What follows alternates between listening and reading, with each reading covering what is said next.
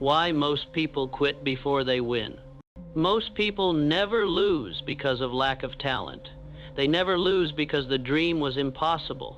They never lose because the mountain was too high, or the burden too heavy, or the vision too far away. No, most people lose for one simple reason. They quit before they win. The graveyards of history are filled with men and women who stopped inches away from gold, who walked away one step before the breakthrough, who surrendered at the very threshold of victory. And the cruel irony is this: the moment of greatest struggle, the moment when everything inside of you screams to give up, is usually the very moment when the tide is about to turn. You see, life has a way of testing every dream. It demands proof. It demands that you show up not just when it's easy, but when it's unbearable. And it whispers to you, do you truly want it? Or are you just playing at wanting it? That whisper comes in the silence of failure, in the echo of rejection, in the weight of time when nothing seems to work. And it is here, this dark, silent crucible, that most people quit. But not the winners. The winners feel the same crushing weight. They endure the same doubts, the same delays, the same humiliations. The difference is not that they are stronger, faster, or luckier. The difference is that they stay. They remain when others leave. They endure when others fold. They walk the extra mile when the rest of the world turns back. Thomas Edison failed 10,000 times before producing a working light bulb. Imagine if he had quit at 9,999. The world would still be lit, yes, but not by him. His name would have been erased from history, and the glow of the bulb would have carried someone else's legacy. Walt Disney was told he lacked imagination. Imagine if he had accepted that verdict. There would be no castles, no stories, no empire of dreams. Henry Ford went bankrupt 5 times before he ever succeeded. What if he had said, enough? What if he had quit before the 6th attempt? The truth is this: every man or woman who left a mark on history had every excuse to quit, but they refused. And that refusal became the foundation of their destiny. So why do most people quit before they win? It is not because they don't want success, it is because they don't understand the price of it. Success is never given, it is rented, and the rent is due every single day. Most people dream of glory, but they despise the grind. They love the vision, but they reject the process. They crave the applause, but they cannot stomach the silence that comes before the applause exists. Winners learn to embrace that silence. They learn to walk alone when no one claps, when no one believes, when the path looks barren, because they know that silence is not emptiness, it is preparation. It is the universe clearing the stage for your breakthrough. But quitting is seductive. It whispers comfort to the tired heart. It promises relief to the weary soul. It tells you, you've done enough, stop here. And the tragedy is that most people obey. They trade a lifetime of glory for a moment of ease. Yet history rewards those who resist that temptation. Abraham Lincoln lost election after election, failed in business, buried the love of his life, suffered breakdowns, and still he rose to become one of the greatest leaders of all time. Had he quit, America itself would have been altered. The world you live in today exists because one man refused to surrender when surrender was the easier road. Quitting before you win is not just a betrayal of yourself, it is a betrayal of the generations that will follow you, because your perseverance or your surrender does not end with you. It ripples outward, shaping the lives of those who come after. Your children, your family, your community, they inherit not just your victories, but your example. When you quit, you teach them that struggle is terminal. When you endure, you teach them that struggle is temporary and victory is inevitable if you hold on long enough. The question is not whether life will test you, it will. The question is whether you will stand long enough to pass the test. Discipline is the answer to quitting. Discipline is the iron backbone that holds you upright when your emotions collapse. Motivation may start the journey, but only discipline finishes it. Motivation burns like a match, bright but quickly gone. Discipline is the fire that never goes out because it is not dependent on feelings, it is built on decision. Most people quit because they wait for feelings. They wait to feel inspired, to feel strong, to feel ready. Winners act regardless of feelings. They rise when tired. They work when uninspired. They keep walking when the ground beneath them feels like quicksand. They understand that feelings are passengers, but discipline is the driver. The mind is the battlefield where victory or defeat is decided. If you can conquer the thought that says it's not worth it, you can conquer the world. If you can silence the inner voice that says you'll never make it, then there is nothing outside that can defeat you. The enemy is not the world, it is the whisper within that begs you to quit. Every person who quits does so because they lose that inner war. They believe the lie that pain is permanent, when in truth, pain is passing. They believe the lie that failure is fatal, when in truth, failure is the tuition for success. They believe the lie that they are not enough, when in truth, they have always been more than enough, if only they would refuse to stop. The harvest belongs only to those who wait through the winter. The crown belongs only to those who endure the battlefield. The breakthrough belongs only to those who resist the temptation to surrender. And so, I say this to you. The dream in your heart is not accidental. It is a seed planted for a reason. But seeds demand darkness before they rise into the light. If you abandon the soil too early, you will never see the tree. If you abandon the fight too soon, you will never taste the victory. Most people quit before they win, but you are not most people. You were not made to live a life of regret. You were not born to stand at the edge of greatness and then turn back. You were born to endure. You were born to conquer. You were born to prove, through the scars of your journey, that quitting was never an option. Victory never comes to the crowd that waits for the perfect moment. It comes to the individual who dares to act when conditions are hostile, when the odds are against them, when the night is darkest. The world bows, not to the timid, but to the relentless. Look at the builders of empires, the inventors of ideas, the architects of destiny. They were not given golden roads, they carved them. They were not handed applause. They earned it, one painful step at a time. When Andrew Carnegie began his journey, he did not start as the steel magnate remembered in history books. He started as a poor boy working in a cotton factory, earning pennies a week. Yet within him was a resolve forged by hardship. He studied, he worked, he endured. And when the opportunity arose, he was ready not because luck kissed his forehead, but because his preparation and his endurance gave him the key to seize it. That is why most people quit. They do not see the invisible compound interest of persistence. Every small effort looks meaningless until it compounds into something massive. One brick feels heavy, but brick upon brick builds the empire. Most give up while they are still laying the first few stones. They never stay long enough to see the palace that would have risen from their labor. Understand this. The path to greatness is a marathon disguised as a sprint. Life will test whether you are willing to pace yourself, to endure the monotony, to move forward when the finish line is nowhere in sight. If you expect overnight rewards, you will surrender at the first delay. But if you understand that the road is long and that every step matters, you will outlast everyone else. Patience is not passive, it is active endurance. It is strength under control. It is the quiet confidence that the seed you watered yesterday will grow, even if you see nothing today. But modern society has taught people impatience. We want everything fast, fast food, fast money, fast fame. And when the dream doesn't appear at lightning speed, the average person assumes it's impossible. They quit because the timeline does not fit their expectation. Yet greatness doesn't bend to your timeline, you bend to its timeline. Think of the bamboo tree. For years you water it, and nothing appears above the ground. Day after day, season after season, you see no sign of growth. Most would stop watering. Most would quit.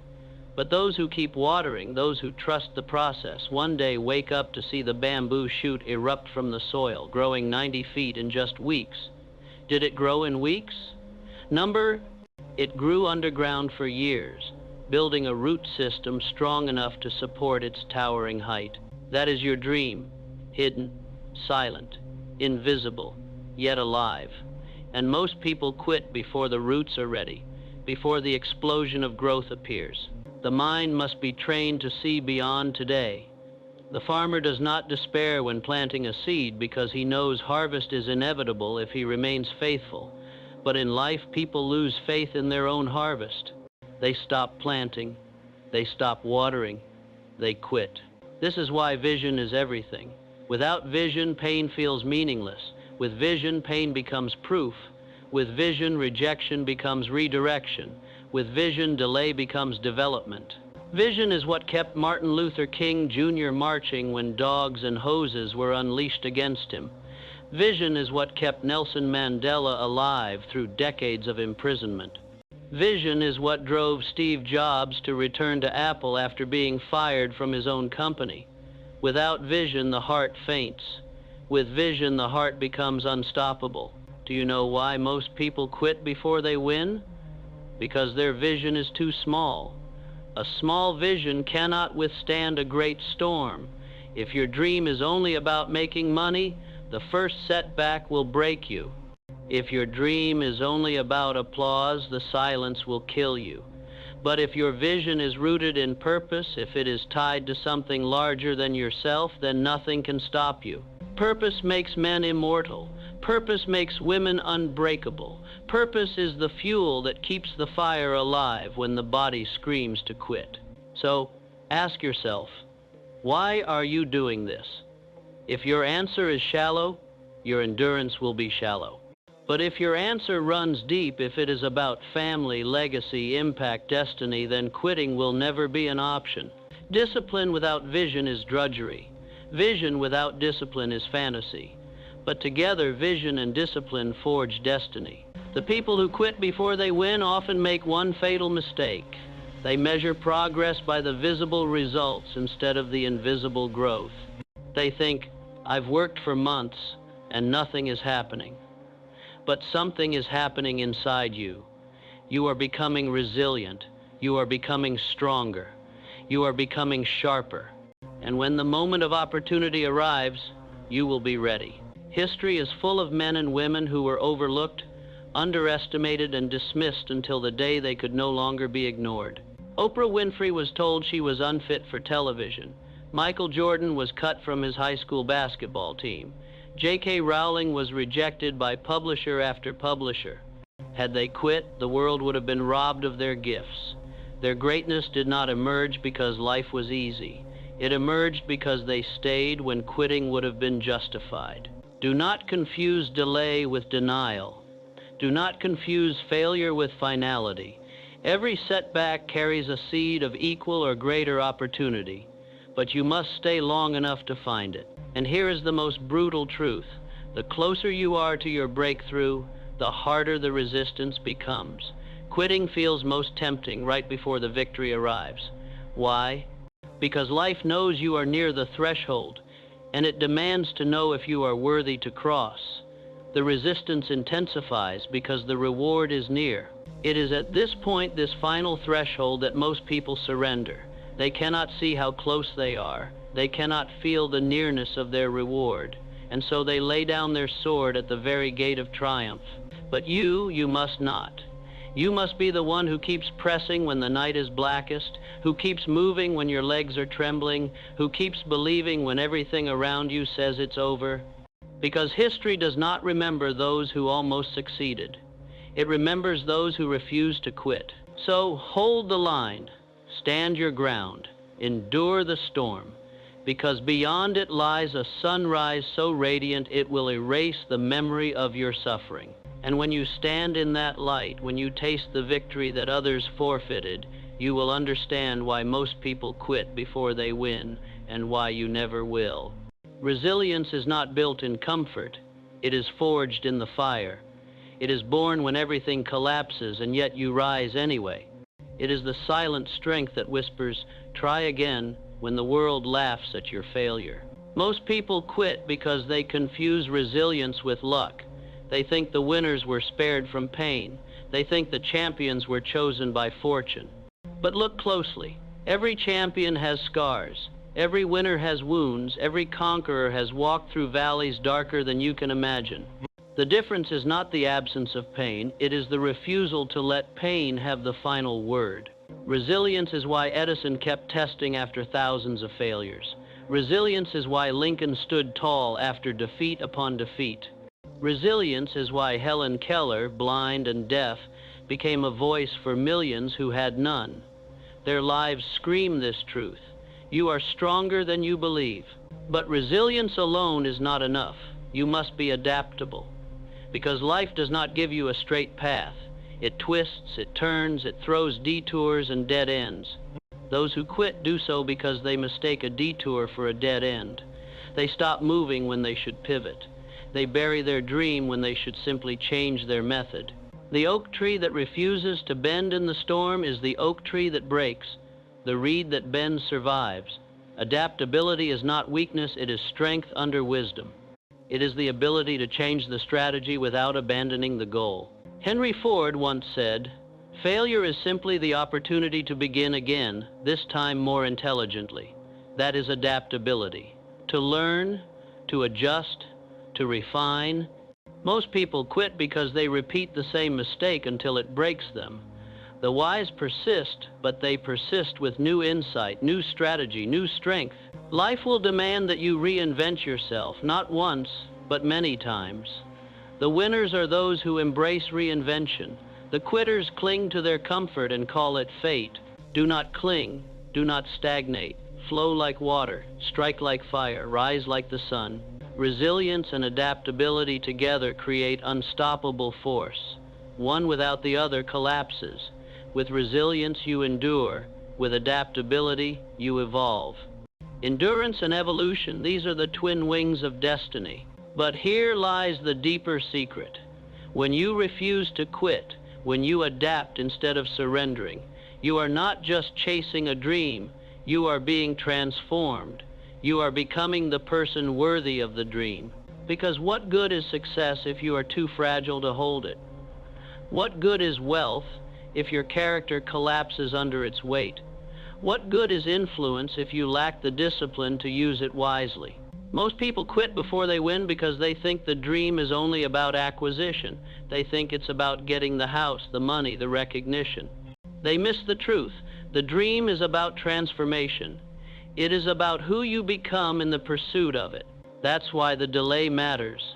That's why the struggle matters. Because in the struggle you are forged.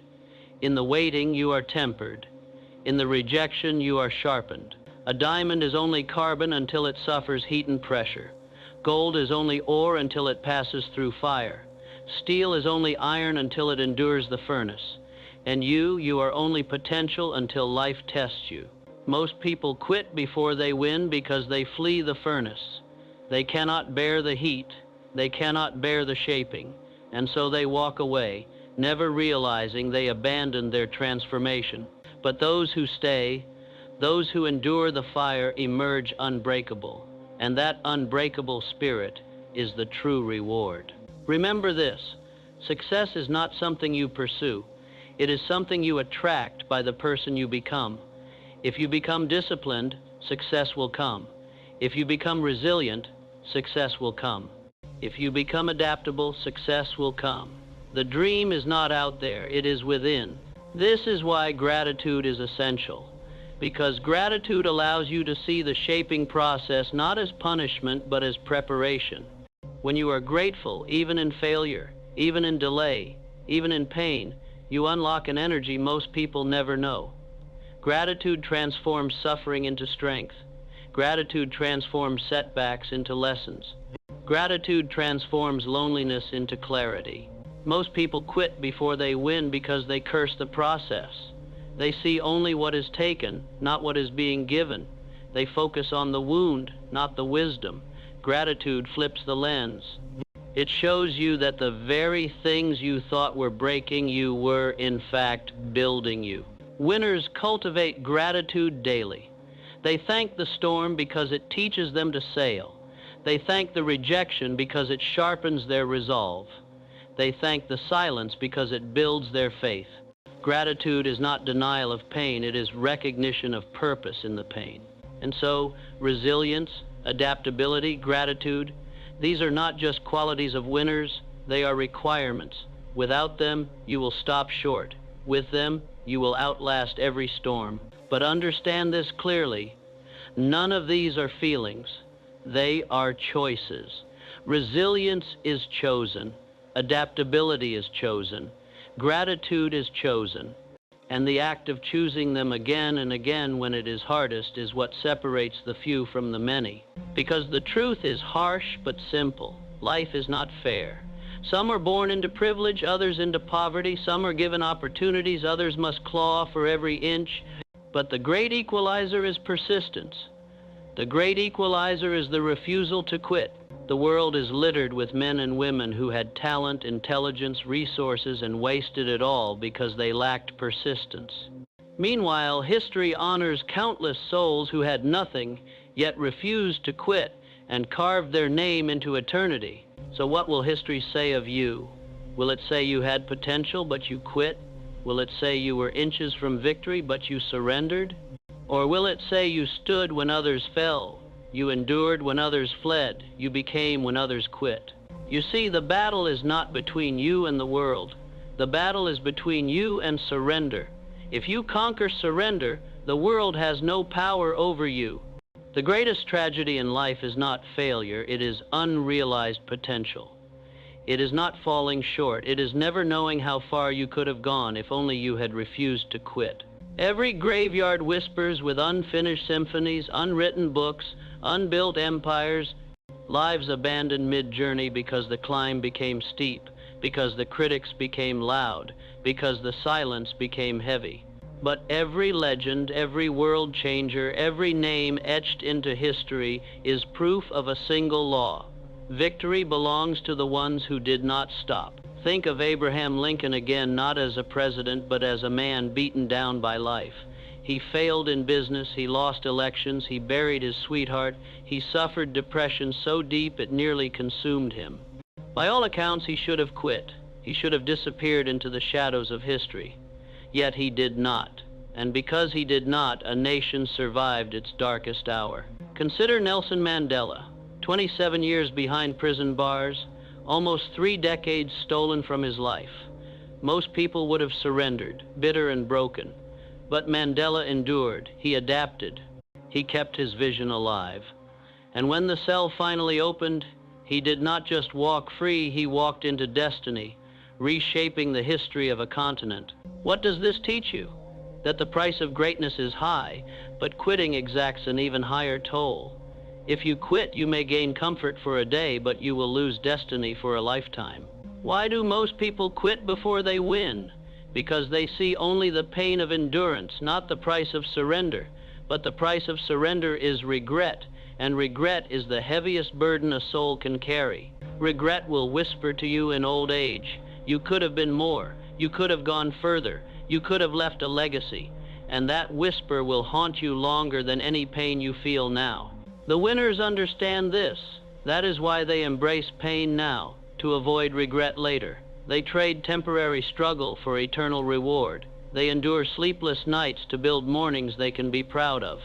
They sacrifice ease for significance. The truth is simple. Ease will not make you great. Struggle will. Comfort will not crown you. Discipline will. Quitting will not save you. Endurance will. And here is where the power of decision enters, because quitting is not an accident. It is a decision. And so is persistence. The man who quits chooses surrender. The man who wins chooses perseverance.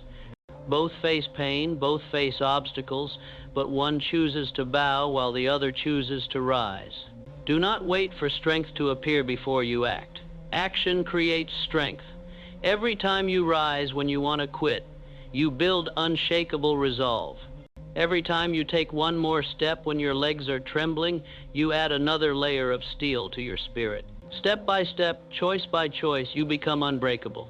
That is why you must see every trial as a gift, because the trial is the forge.